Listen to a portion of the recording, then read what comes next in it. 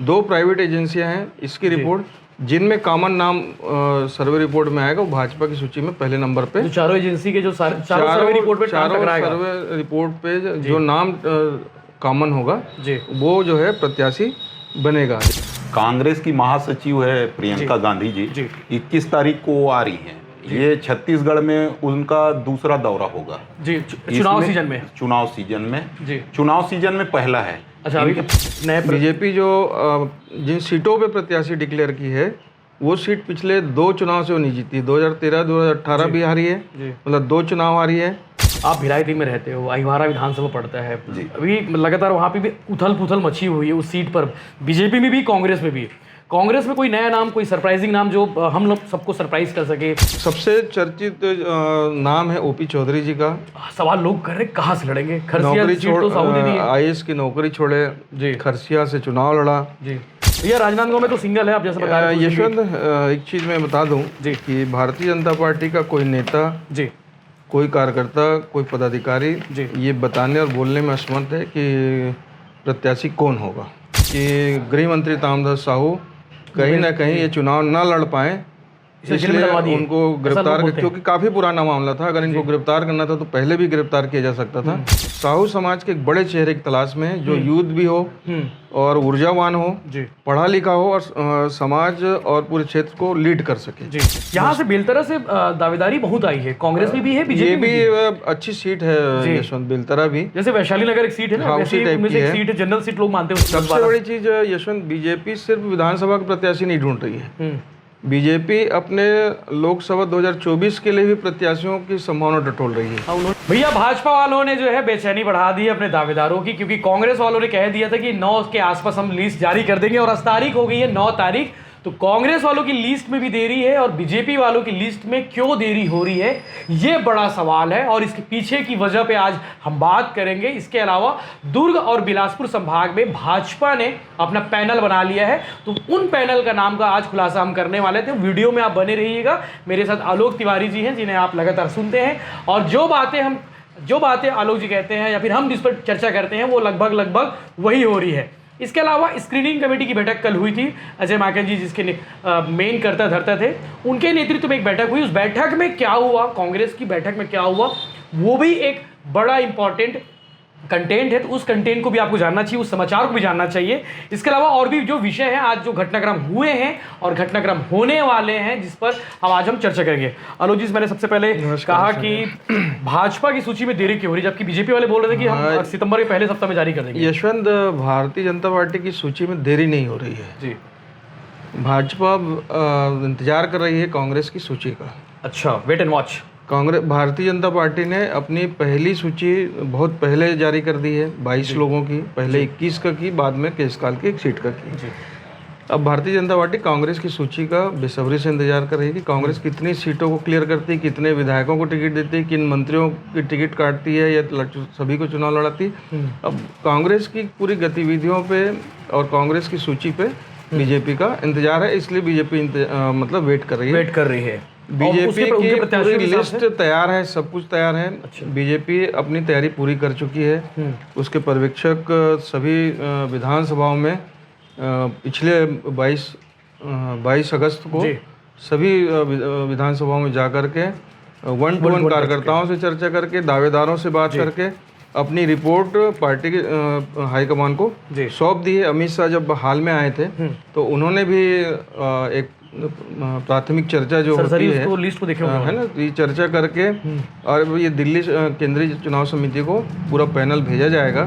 केंद्रीय चुनाव समिति जब बैठेगी, जब 4 सर्वे हुए हैं, मैंने पहले भी आपको बताया था कि एक सेंट्रल एजेंसी है अमित शाह की, जो स्वयं की IB है, और जो समिति है वो एक सर्वे कराई थी जी। दूसरा एक बड़े मीडिया हाउस से जो सर्वे कराया गया था, उसकी रिपोर्ट। 2 प्राइवेट एजेंसियां हैं इसकी रिपोर्ट, जिनमें कॉमन नाम सर्वे रिपोर्ट में आएगा, वो भाजपा की सूची में पहले नंबर पे। चारों एजेंसी के जो चारों सर्वे रिपोर्ट पे जो नाम कॉमन होगा वो जो है प्रत्याशी बनेगा। इस बार भाजपा के लोगों को ये समझ में नहीं आ रहा है कि कौन सा नेता टिकट दिला रहा है। अच्छा, ये कंफ्यूजन में, क्योंकि 21 नाम जो जिनको डिक्लेयर किया, उनको भी ये नहीं मालूम था कि हम प्रत्याशी बनने वाले हैं। कई ऐसे नाम हैं तो लेकिन लोकप्रिय थे, चर्चा में थे, इसलिए दावेदार थे। हाँ यस, ये जो इसलिए दावेदारों में थोड़ी सी बेचैनी है, बड़ी हुई है, हमारा नाम आएगा कि नहीं आएगा, कि हम सर्वे में थे कि नहीं थे, है ना। तो ये सब चीज़ें हैं जी। भाजपा की पूरी तैयारी है, वो कांग्रेस की सूची का इंतजार कर रही है जी। कांग्रेस की कल स्क्रीनिंग कमेटी की रायपुर में हाउस में बैठक हुई थी, सीएम हाउस में। अजय मकान जो चेयरपर्सन समिति के वो थे, मुख्यमंत्री जी थे, शैलजा जी थे। पूरी चर्चा होने के बाद जो राष्ट्रीय अध्यक्ष राजनांदगांव के दौरे पे आए थे मल्लिकार्जुन खड़गे जी, वो अपने साथ बंद लिफाफा ले गए हैं। कल राजनांदगांव सभा कंप्लीट करने के बाद रायपुर में बैठक की। रायपुर में बैठक किए, रायपुर में बैठक करने के बाद बंद लिफाफे सारे नाम, जो हमारे पास जानकारी लगभग 30 नाम जो सिंगल पैनल में थे, जिनमें ज़्यादातर विधायक हैं, जिनमें मुख्यमंत्री भूपेश बघेल हम चर्चा कर चुके हैं। अपन लोग लगभग नाम टच किए थे, मुख्यमंत्री, डिप्टी सीएम और लगभग सभी मंत्रियों को उस पैनल में डाला। सिंगल नाम है उनके, सिंगल नाम है, और जो सिंगल नाम है उनके नाम की घोषणा मेरा ख्याल है जल्दी हो जानी चाहिए जी, क्योंकि शैलजा जी ने 6 तारीख बोला था, 6 तारीख, फिर 8 तारीख को राजनांदगांव का कार्यक्रम हो गया, आज 9 हो गया, तो आज 9 हो गया है जी। तो मेरा ख्याल है 2-4 दिन में कांग्रेस की सूची पहली लिस्ट 25-30 नाम, पहले 30 नाम के हैं ऐसा बता रहे हैं जी। तो 30 नाम जो है पहले डिक्लेयर कर देंगे, तो पहली सूची आने के बाद फिर बीजेपी भी अपनी दूसरी सूची कभी भी 1-2 दिन बाद कभी भी जारी कर सकती है। बीजेपी की तैयारी है। अभी एक्चुअल में बड़े जो लीडर्स हैं बीजेपी के, वो G20 में उलझे हुए हैं और दिल्ली में काफ़ी व्यस्तता है, इसलिए भी सूची में विलम्ब हो रहा है जी। तो कांग्रेस एकदम ये इंतजार में, बीजेपी इंतजार में कि अगर बीजेपी कांग्रेस अगर युवा उतारती है तो बीजेपी भी वहाँ पे युवा उतारने में रहेगी। बीजेपी ने अपना दांव पहले फेंक दिया है जी। नए बीजेपी जो जिन सीटों पे प्रत्याशी डिक्लेयर की है, वो सीट पिछले 2 चुनाव से वो नहीं जीती। 2013 2018 भी हारी है, मतलब 2 चुनाव हारी है, और 2-3 सीट ऐसी है जहाँ आज़ादी के बाद से वहाँ भारतीय जनता पार्टी नहीं जीत पाई थी। तो जहाँ खोने का कुछ भी नहीं है, पाने का सब कुछ है, वैसी सीटों को भारतीय जनता पार्टी ने पत्ते पे अपने उम्मीदवार घोषित कर दिए। उम्मीदवारों के पास पर्याप्त से अधिक टाइम है कि मतदाताओं के बीच जा सके, अपना चुनाव प्रचार कर सके, है ना, अपनी बात को वहाँ लोगों के बीच में रख सकें। पर्याप्त से अधिक टाइम अपने प्रत्याशियों को दिए हैं। बेहतर अगर रिजल्ट आया तो ये प्रयोग दूसरे राज्यों में भी आने वाले चुनाव में बीजेपी के बाद अगले साल 12 राज्यों। सबसे बड़ी चीज यशवंत, बीजेपी सिर्फ विधानसभा के प्रत्याशी नहीं ढूंढ रही है, बीजेपी अपने लोकसभा 2024 के लिए भी प्रत्याशियों की संभावना टटोल रही है। उन्होंने तैयारी काफी बीजेपी का टारगेट 2024 भी है, तो 23 और 24 दोनों की तैयारी बीजेपी एक साथ कर रही है। एमपी और राजस्थान तो हो सकता है कि बीजेपी कई अपने बड़े नेताओं को होल्ड भी करे लोकसभा लड़ने के लिए। वो इशारे में समझ आ जाएगा, तो वो जब टिकट डिक्लेयर होगी तो समझ में आ जाएगा कौन सा लीडर लोकसभा लड़ने वाला है जी। तो ये कल रमन सिंह के गढ़ में कांग्रेस की बड़ी सभा रही, भरोसे का सम्मेलन रहा, राष्ट्रीय अध्यक्ष मल्लिकार्जुन खड़गे, सीएम सभा, तमाम बड़े नेता मौजूद। यशवंत, कांग्रेस के राष्ट्रीय अध्यक्ष कल ग्राम ठेकुआ जो सोमनी के पास है, मेरे गांव के पास में है, वहाँ एक बड़ा सम्मेलन हुआ था, तो सरकारी कार्यक्रम, लेकिन कांग्रेस ने रमन सिंह के घर में, मतलब राजनांदगांव विधानसभा में थी जी, और राजनांदगांव विधानसभा डॉक्टर रमन सिंह की विधानसभा है, वहाँ कांग्रेस ने एक बड़ा सम्मेलन किया। सरकार के ऊपर जो 15 साल का कार्यकाल था रमन सिंह का, उसको लेकर के बहुत सारी बातें वहाँ हुई। कांग्रेस ने अपनी उपलब्धि भी बताई। मल्लिकार्जुन खड़गे जी का जो भाषण केंद्रित था वो सेंट्रल की राजनीति पे था, ज़्यादातर मोदी जी पे निशाना साधा। मनमोहन सरकार की तारीफ करते रहे वो कि RTI उन्होंने दिया, सब कुछ दिया करके, तो मोदी जी पे टोटल केंद्रित रहा उनका भाषण। वहाँ जो कार्यक्रम में स्थिति देखने गए, मुझे लगा कि राजनांदगांव विधानसभा में हो रहा है तो प्रत्याशी को लेकर भी कोई बात होगी, भूपेश जी इशारे में कुछ कहेंगे, लेकिन कोई भी ऐसी स्थिति वहाँ दिखी नहीं कि किसी को मंच में विशेष तवज्जो दिया जा रहा है। लेकिन मुख्यमंत्री भूपेश बघेल ने भाषण में अपने श्री किशन खंडेलवाल जी का जिक्र किया कि बारिश हो तो किशन भैया जरूरत है कि नहीं किसान मान रहा। तो कहीं ना कहीं उतनी बड़ी सभा में एक नाम की दौड़ में, हाँ, दौड़ में काफ़ी सीनियर हैं जी, तो काफ़ी उनको महत्व दिया।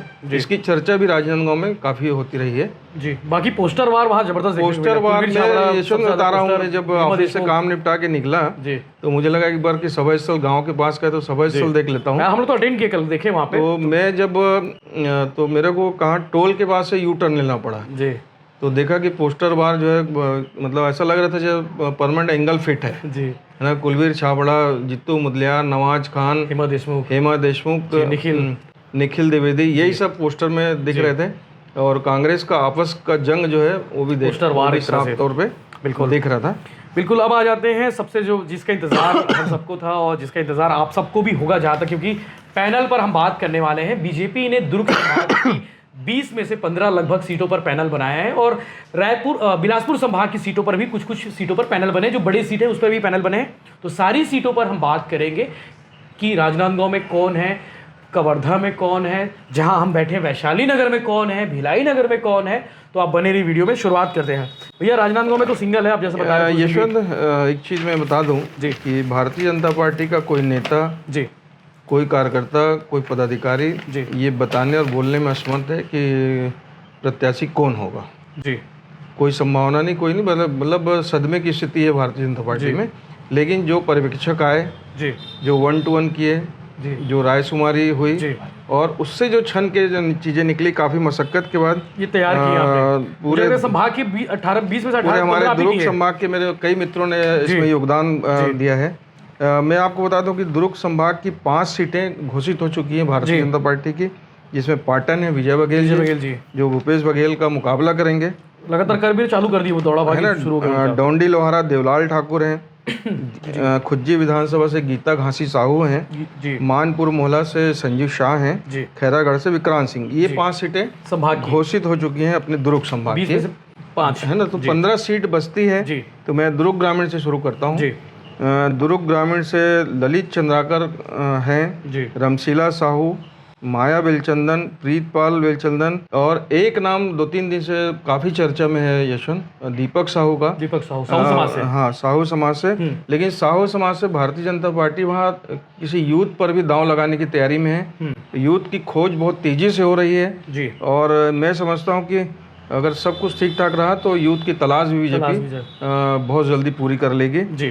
और दुर्ग, इसमें एक नाम मुझे थोड़ा सा डाउट हो रहा है, प्रीतपाल बेलचंदन जी जेल में है। नहीं, वो जमानत मान लो हो गई तो एक बड़े दावेदार है। मैं आपको बता दूं कि दुर्ग ग्रामीण में प्रीतपाल बेलचंदन के जेल जाने से, उनके ऊपर आरोप लगने से समाज का बड़ा वर्ग इस समय सरकार से नाराज चल रहा है। कुर्मी समाज सरकार से नाराज चल रहा है। लोगों में ये मैसेज गया है कि गृह मंत्री ताम्रध्वज साहू कहीं ना कहीं ये चुनाव ना लड़ पाए, इसलिए उनको गिरफ्तार, क्योंकि काफी पुराना मामला था। अगर इनको गिरफ्तार करना था तो पहले भी गिरफ्तार किया जा सकता था, लेकिन सरकार ने इनको पूरा मौका दिया। और ऐन चुनाव के समय में इनका जेल जाना समाज के लोगों को बिल्कुल भी पसंद नहीं आ रहा है। ये जन चर्चा है और समाज के अंदर तक नाराजगी है और इसका कहीं ना कहीं नुकसान गृह मंत्री ताम्रध्वज साहू को उठाना पड़ेगा। मैं ये जिम्मेदारी के साथ। तो बीजेपी को वहाँ पे कुर्मी वोटर तो मिल जाएंगे। हाँ। रही बात साहू समाज की, अब साहू सीट कहाँ देगी बीजेपी वहाँ पे? एक तो पाटन में अब कुर्मी दे चुकी विजय बघेल जी को, ऑप्शन में फिर ये साहू के खाते में जा रही सीट जी। नहीं, साहू के खाते में जा रही है। हाँ। साहू के खाते में गुंडरदेही भी है जी, गुंडरदेही भी जा सकती है जी। तो वो कोई कारण नहीं, तो गुंडरदेही पाटन से लगा हुआ है, दुर्ग जिले से लगा हुआ है, दुर्ग जिले का अभाजित जिला था, एडजस्टमेंट कर सकते हैं, वो समीकरण तो बन जाएगा, कहीं कोई तकलीफ नहीं है। लेकिन मैं प्रीतपाल बेलचंदन की बात किया, दुर्ग ग्रामीण में साहू समाज की बहुलता भी है जी। और पिछले समय रमशीला साहू को लड़ाया भी गया था। नहीं, पिछले समय नहीं लड़ाया, इसके पहले रमशीला साहू को लड़ाया गया था। रमशीला साहू जीती भी थी वहाँ से। पिछले बार भी साहू समाज से लड़ा था, जागेश्वर साहू जी लड़े थे, वहाँ पूर्व मंत्री थे, है ना, मजबूत बड़ा नाम था, लेकिन चुनाव वो हार गए थे गृह मंत्री से। अभी जो है भारतीय जनता पार्टी का एक बड़ा वर्ग साहू समाज के एक बड़े चेहरे की तलाश में है, जो यूथ भी हो और ऊर्जावान हो, पढ़ा लिखा हो और समाज और पूरे क्षेत्र को लीड कर सके। ऐसे चेहरे की तलाश वहाँ बीजेपी कर रही है। सरप्राइज कर सकती पार्टी, सरप्राइज कर सकती है, देखना वाला नाम रहेगा बिल्कुल। दुर्ग शहर से, दुर्ग शहर वैशाली नगर का पेज सरोज पांडे जी के कारण फंसा है यशवंत। कहाँ से पार्टी को मैं पहली बार भी बताया था और अभी भी बोल रहा हूँ कि सरोज पांडे के विषय में पार्टी को निर्णय करना है यशवंत, राष्ट्रीय उपाध्यक्ष, कि उनको लड़ाना है कि नहीं लड़ाना है। और उनका क्या उपयोग करना क्या है। उपयोग करते हैं? लेकिन दुर्ग के पैनल में भी सरोज पांडे जी का नाम है और वैशाली नगर के पैनल में सरोज पांडे जी का नाम है। आगे वैशाली नगर का नाम बताऊंगा आपको। लेकिन जितेंद्र वर्मा वहाँ बेहतर स्थिति में है, जिला अध्यक्ष हैं, जिला भाजपा के अध्यक्ष हैं और उनके अध्यक्ष बनने के बाद बीजेपी वहाँ नए सिरे से खड़े हुए दिख रही मैदान पे। हेमचंद यादव जी के जाने के बाद बीजेपी वहाँ बहुत कमजोर हो गई थी, लेकिन जब से जितेंद्र वर्मा पार्टी की कमान संभाले वहाँ बीजेपी ने वापसी की है और बहुत सुंदर प्रदर्शन रहा है उनका। जितेंद्र वर्मा जी कार्यकर्ताओं की पसंद भी हैं। सरोज पांडे उसके बाद सरोज पांडे जी चतुर्भुज राठी जी एक व्यापारी हैं बड़े, उनका भी नाम है। पिछले बार भी टिकट मांगे थे। हेमचंद जी के परिवार से भी है नाम वहाँ उनकी पत्नी का, लीला यादव जी का। और जीत की भी चर्चा थी, जीत अभी नहीं देखिए हेमचंद के जो लड़के हैं वो उनको पार्टी ने अवसर दिया, जिला अध्यक्ष अभी बनाया, युवा मोर्चा का अध्यक्ष बनाया, लेकिन वो सार्थक परिणाम देने में सफल नहीं हुए। अच्छे राजनीतिक प्रेक्षक भी जीत की निष्क्रियता उदासीनता से निराश हो गया। तो हेमचंद जी की पत्नी को भारतीय जनता पार्टी ने पैनल में रखा है, लीला यादव। एक नाम डॉक्टर मानसी गुलाटी का भी जिक्र था, लगातार उनका नाम आ रहा था हर जगह पे। संघ परिवार की बड़ी खोज है मानसी गुलाटी जी, संघ ने खोजा उस नाम को, संघ की खोज है डॉक्टर मानसी गुलाटी। समाज में अच्छी पकड़ है जी और उनकी जन सेवा, उनकी जो उनके भीतर का जो सेवा भाव है वो साधारणतः लोगों को प्रभावित करता है जी। तो मानसी गुलाटी एक बड़ा नाम है। नितिन नवीन जी आए थे उनके घर में, प्रभारी जो बहुत सारे भारतीय जनता पार्टी के लोग उनसे जुड़े हुए हैं जी। और बनिस्बत भारतीय जनता पार्टी नहीं, कांग्रेस के लोग भी डॉक्टर मानसी गुलाटी से सीधे तौर पे जुड़े हुए हैं जी। तो अब इस नाम पे कितनी गहराई है जी, पार्टी किस लाइन पे विचार कर रही है तो नहीं बोल सकता, लेकिन मानसी गुलाटी का स्थापित नाम चर्चा में और चर्चा में है जी। अहिवारा सीट जिसकी चर्चा उषा बारले की वजह से और हो गई, पद्मश्री उषा बारले, गृह मंत्री अमित शाह खुद उनके घर गए थे जी। उसी दिन से चर्चा हो गई थी कि उषा बारले जी से है और भारतीय जनता पार्टी में शामिल भी टिकट देने के हिसाब से ही ऐसा दिखता है मुझे, लेकिन उषा बारले हैं। अमिता बंजारे हैं, जिला पंचायत की सदस्य रही हैं। अग्रलाल जोशी हैं, के खेलवार और सांवलाराम ढहरे, डोमनलाल कोरसेवाला। लेकिन उषा बारले के नाम की चर्चा सार्वजनिक है और लोग उसको बात कर रहे हैं, चर्चा कर रहे हैं जी। हाँ, अपन वैशाली नगर पे आ जाते हैं, सबसे हार्ड सीट है ये। यहाँ पर इसमें दुर्ग ग्रामीण वाले भी पूछते हैं, दुर्ग शहर वाले पूछते हैं यार भैया आपके देखिए वैशाली नगर का क्या हो रहा है ये बताओ। वैशाली नगर को भारतीय जनता पार्टी बहुत सेफ सीट मानती है पार्टी के हिसाब से जी। और यहाँ जो सर्वे हुआ है जी, पार्टी के जो परीक्षक आए थे, कार्यकर्ताओं ने जो बात की है उसमें जब आमतौर पे बात करेंगे तो रिकेश सेन पहले नंबर पे दिखते हैं। जिताऊ प्रत्याशी हैं भारतीय जनता पार्टी की तरफ से, 5 बार के पार्षद हैं जी, काफी सक्रिय पार्षद हैं, नेता प्रतिपक्ष रहे भिलाई नगर निगम के, एक छत्तीसगढ़िया फेस भी हैं और सभी वर्गों से उनका संबंध है। तो रिकेश सेन एक मजबूत दावेदार के रूप में है वहाँ पर। सरोज पांडे जी का मैंने बताया जी, जिला भाजपा अध्यक्ष हैं ब्रिजेश बिचूरिया, अजय वसीम कर दी है। संघ परिवार की तरफ से डॉक्टर दीप चटर्जी जी का नाम आगे है। डॉक्टर साहब का नाम मतलब इससे बहुत सामाजिक और मिलनसार हैं और यूथ के बीच खासे लोकप्रिय हैं। तो डॉक्टर दीप चटर्जी भी इलाज करने के लिए डॉक्टर साहब जाने जाते हैं। नहीं, वो तो भगवान है ना गरीबों के।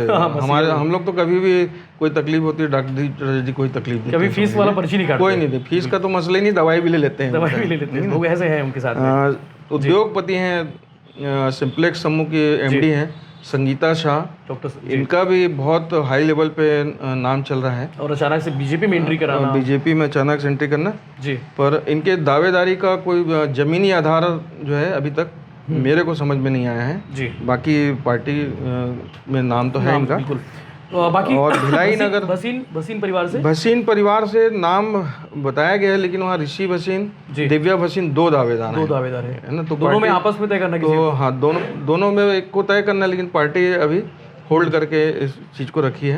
ठीक है। पूर्व मंडल अध्यक्ष विजय जायसवाल जी है जो भाजपा के अभी जिला इनका काफी संगठन में काम किया, उनका भी नाम है विजय जायसवाल का। वैसे बात तो लंबी चौड़ी वैसे जाएंगे तो स्वीटी कौशिक भी हैं, जिला महिला मोर्चा के अध्यक्ष हैं, संघ से उनका बहुत गहरा नाता है जी। अचानक से संगठन में वापसी करी, संगठन में वापसी की और काम भी एक्टिविटी अच्छा कर रही है।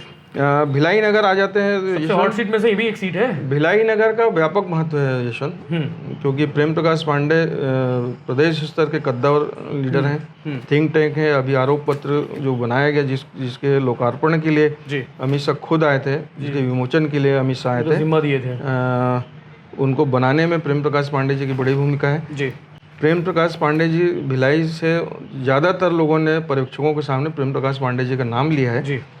लेकिन अभी जो नेता प्रतिपक्ष हैं दया सिंह, उनकी भी दावेदारी है, उनको भी खारिज नहीं किया सकता। लेकिन प्रेम प्रकाश पांडे जी की उम्मीदवारी मुझे तय दिखती है। जी जी, लगभग गंभीर मतलब। जी। इसके बाद अपने जो साजा विधानसभा की बात करें, रविंद्र चौबे जी कैबिनेट मंत्री हैं। ये में साजा में आधा सीट दुर्ग जिले भी है, आधा भिलाई। साजा की स्थिति ये है कि चौबे परिवार का गढ़ रहा है एक अपवाद को छोड़ करके, जिसको लाभचंद बाफना जी चुनाव जीते थे, संसदीय सचिव बने। उस अपवाद को छोड़ करके चौबे परिवार का गढ़ रहा है जी। भारतीय जनता पार्टी इस बार वहाँ अलग मैथमेटिक्स पे काम कर रही है। छठी वाले पापा बोलते हैं लाभचंद बाफना जी को। लाभचंद बाफना तो वहाँ दावेदार हैं, लेकिन वहाँ साहू और लोधी समाज की बहुलता है और बहुत प्रभावशाली में है। तो सामाजिक समीकरण को बैठाने के फिराक में बीजेपी है।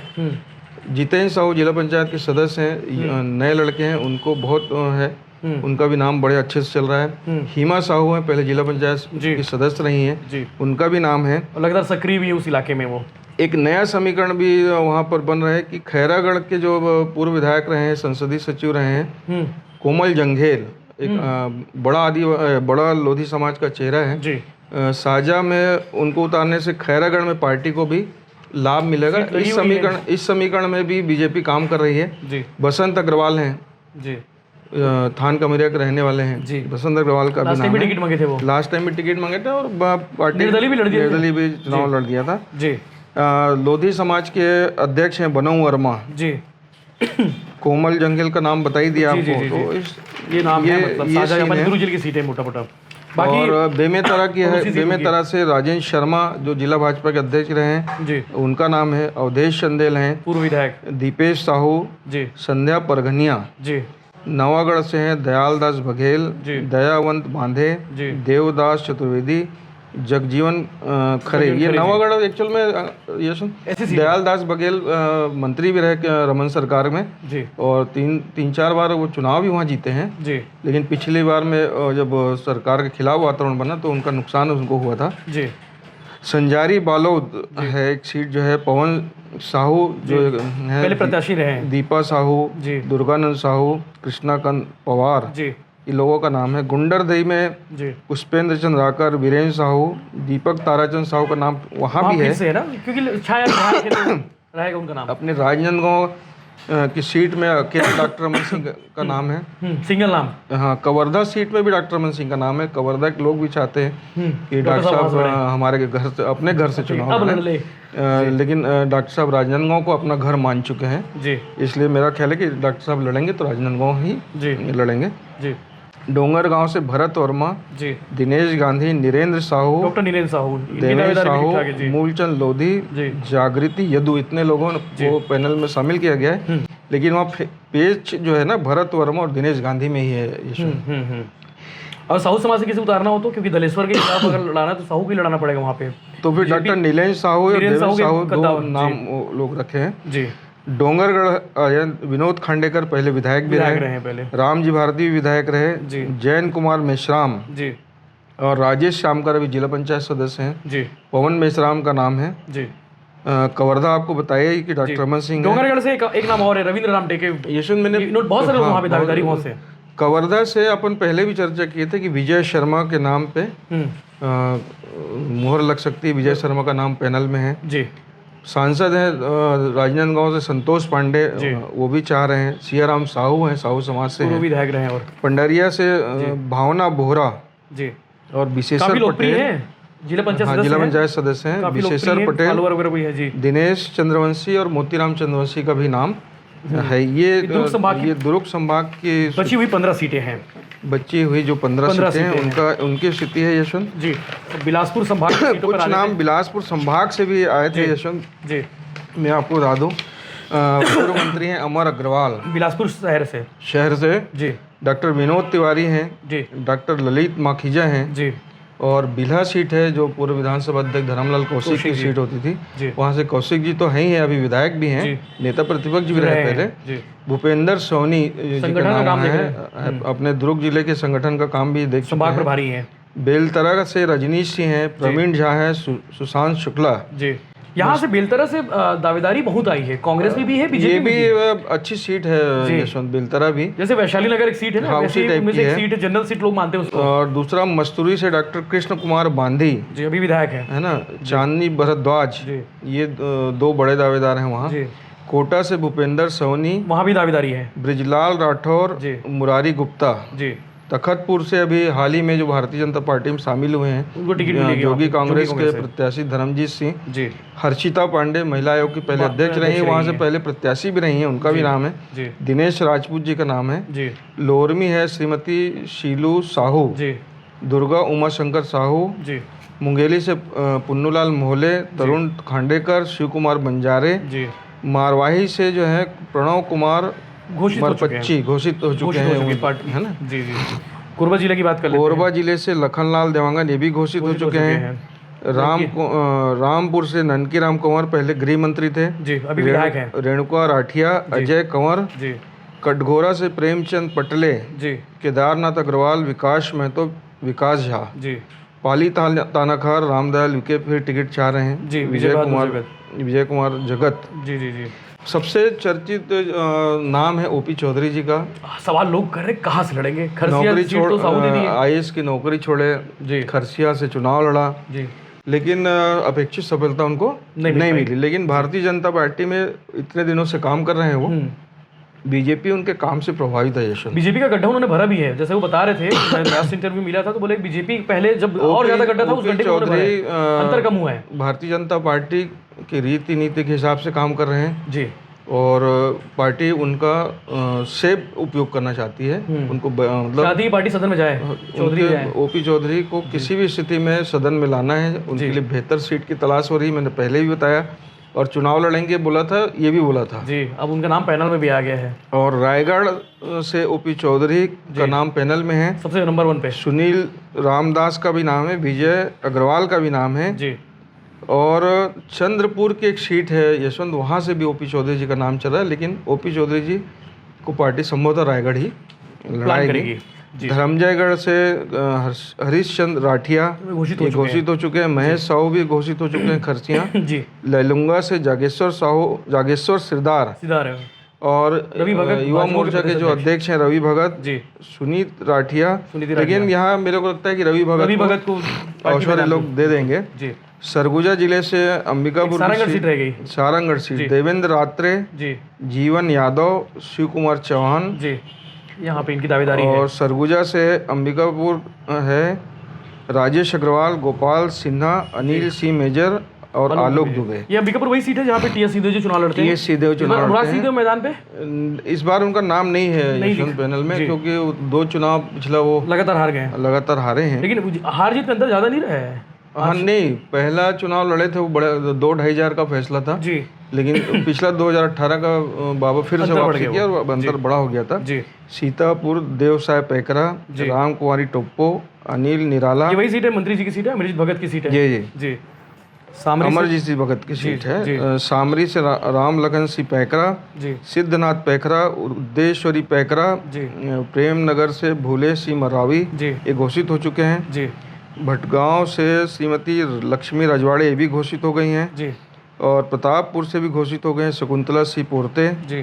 रामानुजगंज से पूर्व गृह मंत्री राज्यसभा को पहली पार्टी उतार चुकी है जी, और लुंडा से प्रबोध मिंज भी घोषित हो चुके हैं। इस तरीके से भारतीय जनता पार्टी की पूरी तैयारी है यशवंत, तो केवल कांग्रेस की सूची का इंतजार कर रही है, कांग्रेस क्या स्टेप उठाती है जी। और इस पैनल में आपने देखा होगा कि नए पुराने सारे लोगों को स्थान दिया गया है, सामाजिक समीकरणों का भी विशेष ध्यान रखा गया है, तो पार्टी मजबूती से लड़ने, कांग्रेस को बराबरी का टक्कर देने तैयार है, नियत से मैदान में उतरने तैयार। बिल्कुल। और हमारे बीच में एक और पैनलिस्ट जुड़ेंगे, वरिष्ठ पत्रकार भिलाई के खिलावन सिंह चौहान जी रहेंगे, तो उन्हें भी आप सुनिएगा, उनका भी एक्सपीरियंस आपको जानना चाहिए, समझना चाहिए, क्योंकि राजनीति को भी वो करीब से दिखते रहे, राजनीति की खबरें बहुत करीब से लिखते रहे। तो खिलावन सिंह चौहान जी को मैं आमंत्रित करता हूँ। वरिष्ठ पत्रकार खिलावन सिंह चौहान जी हमारे बीच में मौजूद है, जिनसे कुछ बात करेंगे, कुछ उनका भी एक्सपीरियंस लेंगे, क्योंकि वो भी राजनीति को भी बहुत करीब से देख रहे हैं। भैया पहले आपका स्वागत है, आज पहली बार भिलाई टाइम्स के पैनलिस्ट बनकर आप आए हैं, तो क्योंकि आपका अनुभव भी लेना हमें ज़रूरी है जी। 21 तारीख को प्रियंका गांधी जी आ रही है, भिलाई आ रही है, तैयारी चल रही है और क्या कुछ तैयारी है, उसके मायने क्या निकाले जाएंगे, कहाँ हो सकता है, ये सब सवाल पे लगातार हम बातें भी कर रहे हैं। जी जी, कांग्रेस की महासचिव है प्रियंका गांधी जी, 21 तारीख को वो आ रही हैं। ये छत्तीसगढ़ में उनका दूसरा दौरा होगा जी, चुनाव सीजन में। चुनाव सीजन में जी, चुनाव सीजन में पहला है। अच्छा, अभी हाँ, इनके पहले और आ चुकी हैं, वो बस्तर में थे, भरोसे सम्मेलन। जी जी जी। तो प्रियंका गांधी को लाने का मकसद ये है कि लोगों के बीच में वो पॉपुलर हैं। राहुल जी से ज्यादा पॉपुलर है। राहुल जी से ज्यादा पॉपुलर है। महिलाएं मतलब बहुत कवरिंग को कर दी है। उसको सुनना चाहते हैं ये, लेकिन उतना उनमें क्लियरिटी नहीं है जी, जो एक चुनाव में होना चाहिए जी। चुनाव में वो पहले मात खा गई है यूपी में नारी लड़की वो लड़ सकती है, जिस टैगलाइन से वो आगे लड़ रही थी। उनके आने पर यहाँ कांग्रेस के पदाधिकारी लगातार जी, विधायक देवेंद्र यादव लगे हुए हैं, मुकेश चंद्राकर लगे हुए हैं। कांग्रेस के सभी पदाधिकारी कार्यक्रम को भव्य रूप देने में लगे हुए हैं। संभाग की भी मतलब कोशिश की जाएगी कि संभाग को कवर की जाए। संभाग की जो 20 सीटें हैं, राजनांदगांव, मानपुर, कवर्धा, खैरागढ़ वगैरह, ये सभी जगह से कांग्रेस कार्यकर्ता आएंगे जी। उनको भी करीब है, उनको कई लोग देखने आएंगे जी, और कुछ लोग सुनने भी आएंगे। लोग उनमें इंदिरा जी को देखते हैं। जी जी, बिल्कुल उनका चेहरा इंदिरा जी से मिलता जुलता है, इसमें कोई दो मत नहीं है जी। आप भिलाई में रहते हो, अहिवारा विधानसभा पड़ता है, अभी लगातार वहाँ पे भी उथल पुथल मची हुई है उस सीट पर, बीजेपी में भी, कांग्रेस में भी। कांग्रेस में कोई नया नाम, कोई सरप्राइजिंग नाम जो हम लोग सबको सरप्राइज कर सके? निर्मल कोसरी जी तो है दावेदारों की दौड़ में। वहाँ से एक नाम जो लोगों के चर्चा के बीच में है जी, कि राम सूर्यवंशी जी लड़ सकते हैं वहाँ से। वो पार्षद हैं और महापौर को हराए हैं, चंद्रकांता मांडले को हराए, इसलिए के नाम जी।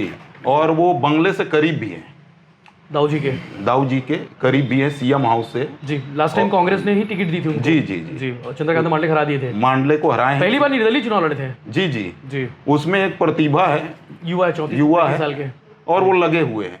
निर्मल कोसरे तो हैं ही, मेयर है। क्या ऐसा हुआ था कि आप तो बहुत करीब से जानते होंगे, चूंकि हाउस को भी करीब से जानते हैं और सबको करीब से जानते हैं भिलाई में, ऐसा ये कहा गया था कि निर्मल कोसरे आप मेयर चुनाव लड़ेंगे तो विधानसभा नहीं लड़ेंगे, कोई एक लड़ लो, तो निर्मल कोसरे जी ने मेयर को ज़्यादा वो किया था, ऐसा कुछ था क्या? कुछ ये इनके पीछे बंगले का ही भूमिका प्रमुख है जी, कि निर्मल कोसरे को बनाने का जी कई लोगों का नाम था। इस कांग्रेस के खेमे में इस बात की भी चर्चा है कि ये कहा गया था कि जब निर्मल कोसरे मेयर चुनाव मतलब पार्षद बने तो मेयर के नाम की चर्चा हुई, तो ये कहा गया था कि निर्मल कोसरे जी आप सिर्फ मेयर रहेंगे, विधानसभा की दावेदारी बाद में आप नहीं करेंगे, ऐसा कुछ बात हुई थी क्या? ये कहा गया था, जो आप बोल रहे हैं सही है जी, कि कांग्रेस में ये है कि एक पद एक को ही मिलेगा जी, मेयर रहते हुए इनको विधानसभा का दावेदारी नहीं करना चाहिए जी।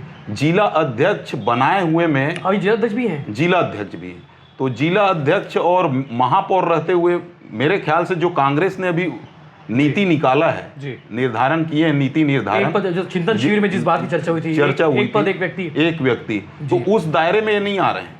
ये कई अभी नया जो दीपक बैज जी अध्यक्ष हैं वो बनाए हैं जी, टीम जी, उसमें ये लग रहा था कि जिला अध्यक्ष को हटाया जाएगा जी, लेकिन नहीं, इनको नहीं हटाया गया। अगर हटाया गया रहता तो एक चांस इनका बन सकता था जी, कि ये विधायक के दावेदार हो सकते थे, इनको कहीं मिल सकता था। हटाया नहीं है, संगठन पे भी बने हुए, संगठन में बने ग्रामीण विधानसभा के जिला के अध्यक्ष हैं वो जी जी। तो इस अनुमान से जी कई लोग को ये लग रहा है कि इनको टिकट नहीं मिल पाएगा।